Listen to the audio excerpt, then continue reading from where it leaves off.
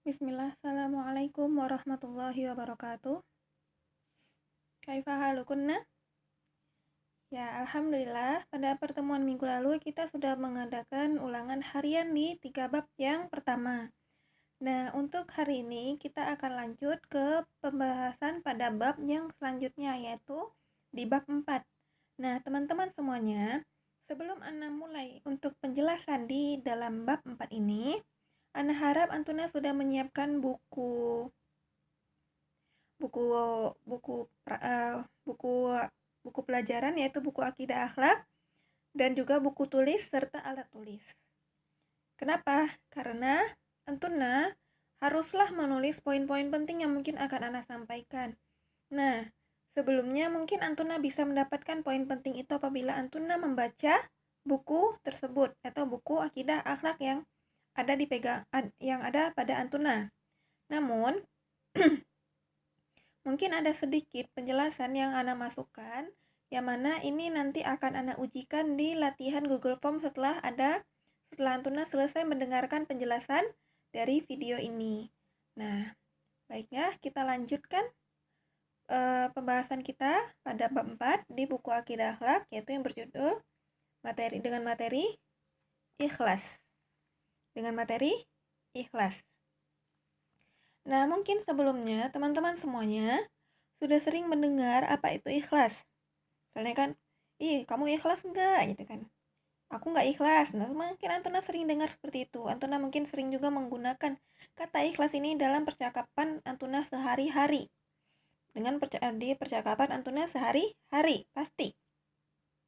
Nah, sebelumnya, apakah Antuna mengetahui apa itu ikhlas? Ya, ikhlas itu adalah niat yang tulus, benar. Niat yang tulus. Yang mana niat itu tulus, yang mana untuk Allah. Nah, apakah ikhlas itu hanya terbatas pada dalam hal ibadah saja? Tidak. Ikhlas itu tidak terbatas di dalam amal ibadah saja, namun semua amal dalam kehidupan kita sehari-hari. Jadi ingat, ditulis ikhlas tidak terbatas di amal perbuatan ibadah saja seperti sholat, zakat, puasa, haji, dan semisalnya. Tapi, ikhlas itu untuk semua amal. Semua amal dalam kehidupan kita. Membantu orang tua, senyum, membantu teman, atau memberikan informasi, atau misalnya memperlakukan teman dan guru serta orang tua. Misalnya kita memperlakukan guru dengan hormat. Nah, hormat kita kepada guru ini ikhlas tidak? Seperti itu tuh juga termasuk dalam pembahasan ikhlas. Yang mana dalam perbuatan ikhlas ini semua mencakupi dalam kehidupan kita. Contoh misalnya, Antuna memasak untuk orang tua Antuna.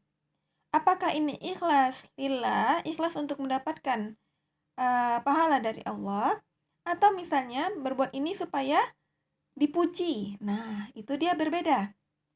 Atau misalnya Antuna pergi ke pasar menemani orang tua belanja. Apakah ini ikhlas betul-betul untuk membantu orang tua atau karena niat lain? Misalnya Ana ingin pergi ikut berbelanja supaya dibelikan ini. Nah, atau niat ikhlas dalam belajar. Ikhlas dalam belajar contohnya seperti misalnya apakah betul niat belajar kita untuk mendapatkan ilmu atau mendapatkan nilai? Kalau niatnya dengan ilmu, insya Allah nilai akan dapat. Tapi kalau untuk mendapatkan nilai, wallahu alam ilmunya. Nah, jadi misalnya, dan juga ikhlas lagi.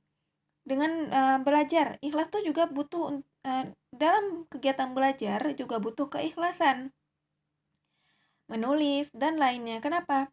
Karena dengan amal ibadah ikhlaslah Allah menjanjikan surga, walaupun bisa jadi amal tersebut sepele.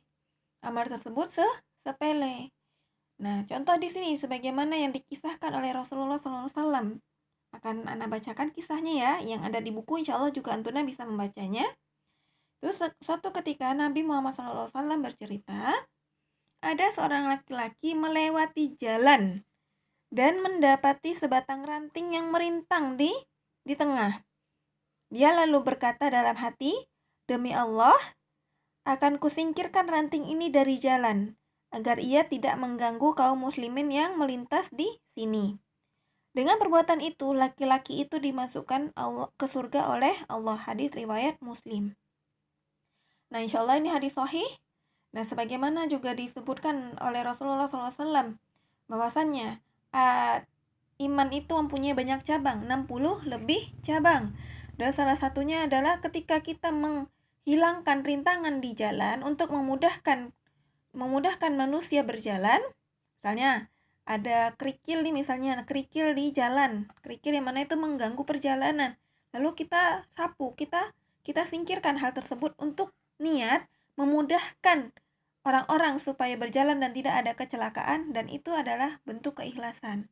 Dan itu juga bentuk keimanan yang paling rendah. Namun, walaupun itu dikatakan keimanan yang paling rendah, tapi itu di sisi Allah adalah besar apabila kita melakukannya dengan keikhlasan. Nah, berikutnya, berarti di sini Antona lihat ya, apakah menghilangkan rintangan dari tengah jalan itu termasuk amal ibadah? Tidak, tapi dia adalah perbuatan kita sehari-hari, yang mana perbuatan ini kita harapkan juga ridho dari Allah, yaitu betul-betul melakukan hal ini semata-mata karena Allah. Seperti tadi, niatnya supaya tidak mengganggu kaum muslimin. Nah, apakah di dalam niat laki-laki ini berharap supaya dipuji? Tidak. Apakah dia berharap supaya diakui sebagai orang yang berbuat kebaikan? Tidak. Kenapa? Karena niatnya di sini adalah supaya tidak mengganggu perjalanan saudara-saudaranya yang lain. Nah, dengan ini berarti dengan inilah nih petunjuk ini nih tadi, tidak mengganggu kaum muslimin. Berarti di sini keikhlasan. Kenapa? Karena niatnya sini tidak mengharapkan pujian, tidak berharap supaya namanya diagungkan, tidak. Nah, di sini jadi misalnya ketika Antuna belajar dengan insya Allah dengan harapan ingin menambah keilmuan diri dan memberikan manfaat pada saudara kaum muslimin. Nah, di sini sudah termasuk ikhlas. Apabila namun nauzubillah min dzalik, apabila niatnya belajar, misalnya Anda mau belajar supaya dapat nilai tinggi, terus dapat hadiah. Nah, ini adalah termasuk tidak ikhlas. Nah, dan ini juga nanti akan kita bahas. Ada beberapa perkara-perkara yang akan merusak amal ibadah dan amal perbuatan kita. Ada beberapa perkara yang akan merusak keikhlasan. Nah, sebelum masuk ke situ, Ana akan jelaskan dulu apa itu ikhlas. Ikhlas berasal dari bahasa Arab, yaitu akhlasa yukhlisu ikhlason. Akhlasa yukhlisu ikhlason. Nah, di sini akhlasa yukhlisu ikhlason, yaitu artinya itu memurnikan atau mensucikan. Itu dia. Membersihkan dari segala hal. Jadi murni. Niat tersebut murni untuk Allah saja. Di sini dikhususkan itu Allah ya. Dan pengertiannya adalah digarisbawahi di bukunya boleh, yaitu niat untuk melakukan suatu amalan karena Allah semata, bukan karena yang lain. Niat untuk melakukan suatu amalan karena Allah semata, bukan karena yang lain. Jadi, segala amal yang kita lakukan, segala perbuatan yang kita lakukan, baik itu yang termasuk ibadah ataupun bukan ibadah, namun niatnya semata-mata itu karena Allah. Seperti tadi ini kan niatnya kan agar tidak mengganggu kaum muslimin. Namun di sini kan, kenapa dia berniat tidak mengganggu kaum muslimin? Ya, itu niatnya juga untuk Allah. Sebagaimana dikatakan tadi di awal, laki-laki ini berkata, demi Allah. Nah, untuk Allah akan kusingkirkan hal ini supaya tidak mengganggu saudara-saudaraku. Nah, seperti itu. Dan itu misalnya kita belajar, insya Allah. Nah, itu kalimatnya kan untuk Allah juga. Insya Allah, Ana akan belajar ini untuk menambahkan keilmuan Ana. Seperti itu. Nah, makanya ketika itu di sini dikatakan yaitu niat yang mana letaknya di hati ya, di hati. Niat untuk melakukan suatu amalan karena Allah semata, bukan karena orang lain. Dan salah seorang ulama berkata di sini, yaitu ulama bernama Fudail bin Iyad beliau berkata, beramal karena manusia disebut syirik, sedangkan meninggalkan amal karena manusia disebut riya. Adapun ikhlas adalah ketika kita beramal bukan karena dua hal tersebut. Jadi mengerjakan dan melakukan sebuah kegiatan, sebuah amal itu bukan karena manusia.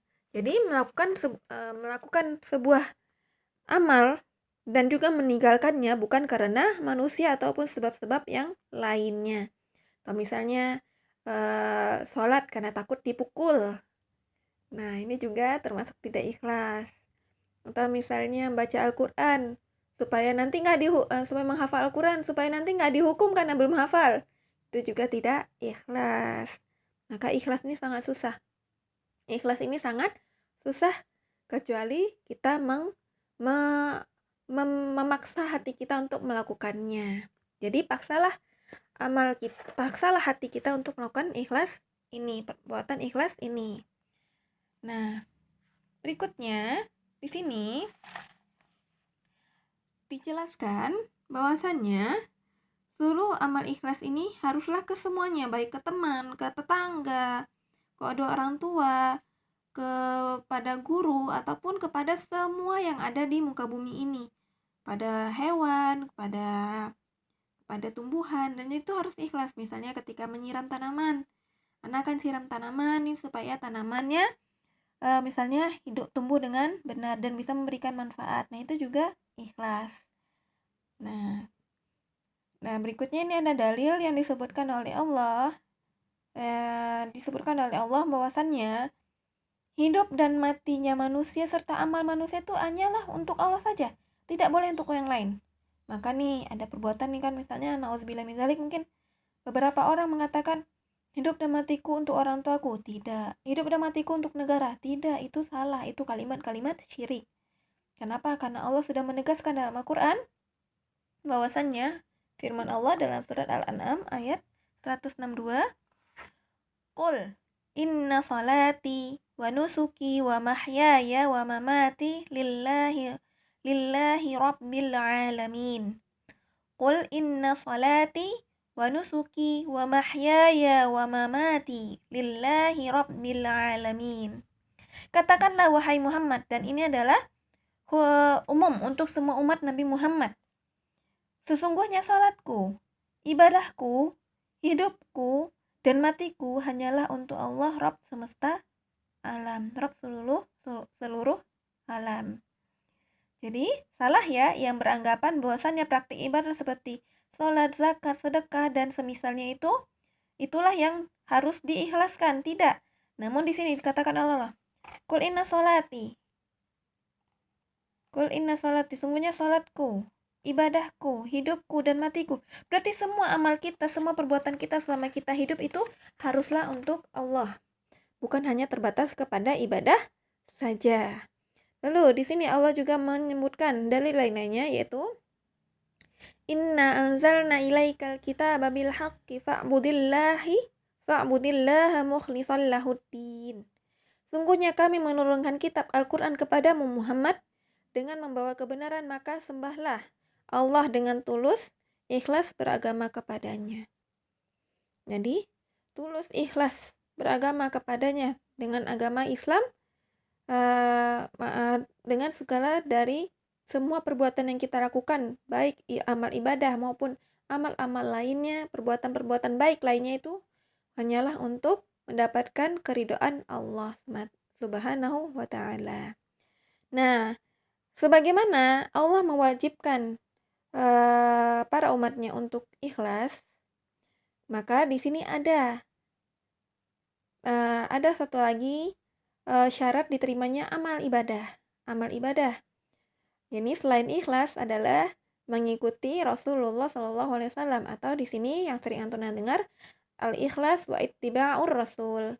Al-ikhlasu wal ittiba'ur rasuli. Ikhlas dan mengikuti Rasulullah SAW dalam beramal.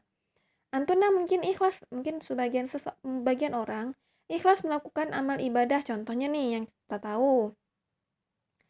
kita tahu misalnya Maulid Nabi. Maulid Nabi kan tidak ada disyariatkan oleh Rasulullah SAW, tidak ada dicontohkan oleh para sahabat. Namun sebagian kaum muslimin ada yang melakukannya, dan ini nauzubillah min dzalik, semoga kita dijauhkan dari amalan-amalan yang ini. Atau contohnya saja deh, amalan-amalan bid'ah, amalan-amalan yang tidak ada di dalam Islam. Contohnya saja misalnya membaca Yasin tiap malam Jumat. Nah, itu tidak dicontohkan karena tidak ada dalil. Yang ada dalilnya adalah membaca surat Al-Kahfi. Al-Kahfi untuk penjagaan dari Dajjal dan juga untuk penerang di kuburan. Adapun surat Yasin tidak ada dalilnya. Nah, walaupun kita baca surat Yasin ini dengan ikhlas, tapi tidak ada petunjuknya, maka amalan tersebut tidak akan diterima. Walaupun kita baca surat Yasin ini di tiap malam Jumat dengan ikhlas, misalnya dengan ikhlas, dengan niat mengkhususkan ya nak ya, Afan ya, dengan niat mengkhususkan baca Yasin itu tiap malam Jumat aja, pokoknya dikhususkan amalan tersebut. Padahal tidak ada dalil sedikit pun yang harus kita mengkhususkan amalan baca Yasin ini di malam Jumat. Nah, maka walaupun kita ikhlas, tapi karena tidak ada dalilnya, tidak ada petunjuk dari Rasulullah SAW maupun dalil dari Al-Quran, maka amalan tersebut akan ditolak. Adapun misalnya baca Al-Kahfi, ada dalilnya. Rasulullah SAW juga sudah mengkhususkan bahwa itu di hari Jumat. Nah, atau amalan-amalan lainnya yang mungkin kita khususkan, misalnya kita khususkan suatu amalan yang mana amalan tersebut tidak ada, misalnya antuna, mengkhususkan puasa di tiap hari Jumat. Padahal tidak ada dalilnya. Walaupun ikhlas puasanya, tidak akan diterima. Kenapa? Karena tidak ada dalilnya, tidak ada perintah, tidak ada contoh dari Rasulullah SAW. Kan? Amalan itu akan diterima dengan dua syarat. Satu, ikhlas. Yang kedua, ittiba. Ittiba itu maksudnya mengikuti petunjuk Rasulullah SAW.